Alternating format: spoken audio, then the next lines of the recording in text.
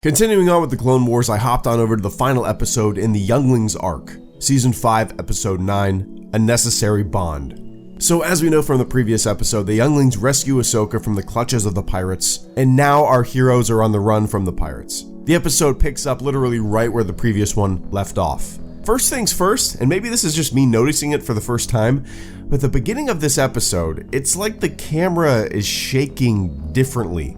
There's a different feel to the camera. A little motion and movement to it. There's a nice flow to it. Seriously, someone watch this episode and compare it to the previous episode. Am I going crazy?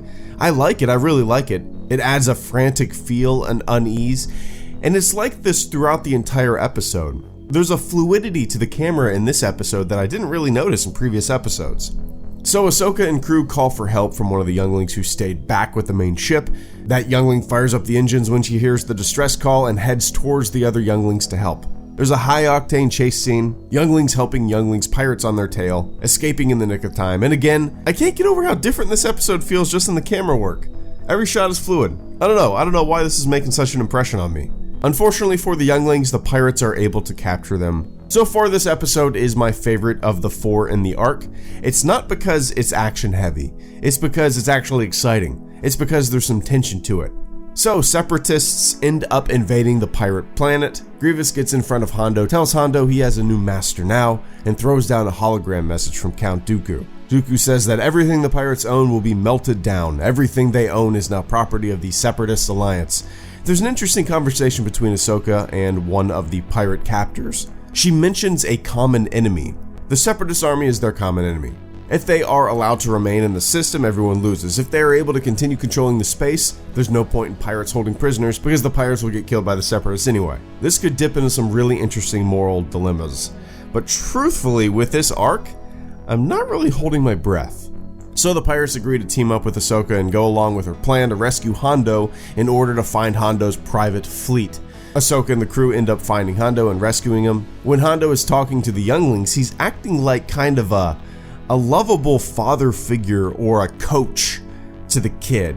He becomes a nice guy. He becomes a softy, kind-hearted, this rough and tumble exterior with a heart of gold. Now, I don't know if this will stay, this version of Hondo will stay throughout the episode. I don't know if he'll end up staying warm and friendly, but right now, good guy Hondo. And I like his interaction with the kids.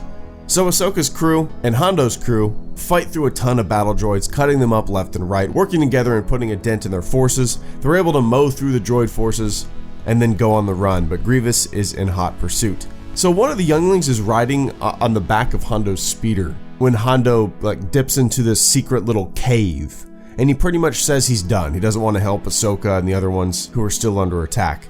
The Youngling puts Hondo's integrity in check, which, if I had to guess, this will be one of the instances of someone you didn't think was going to be coming back, saving the day, coming back in the end, you know what I mean? Which is exactly what happens.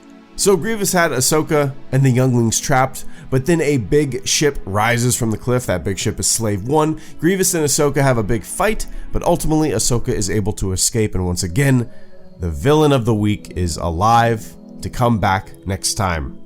This episode was a lot of fun, without a doubt the best episode in this arc. I liked the interaction between the pirates and the Younglings. I liked the overall pace of the episode, along with the camera work, and the score was definitely more noticeable than other episodes to me.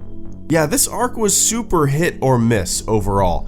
I really didn't like most of it. So maybe this episode just feels better than it is because I've been thirsting for a solid episode for a few episodes now. Anyway, this might be my least favorite arc in the series so far. And you know, if I watched this arc as a kid, it would probably be one of my favorites. I would probably have a lot of nostalgia for it.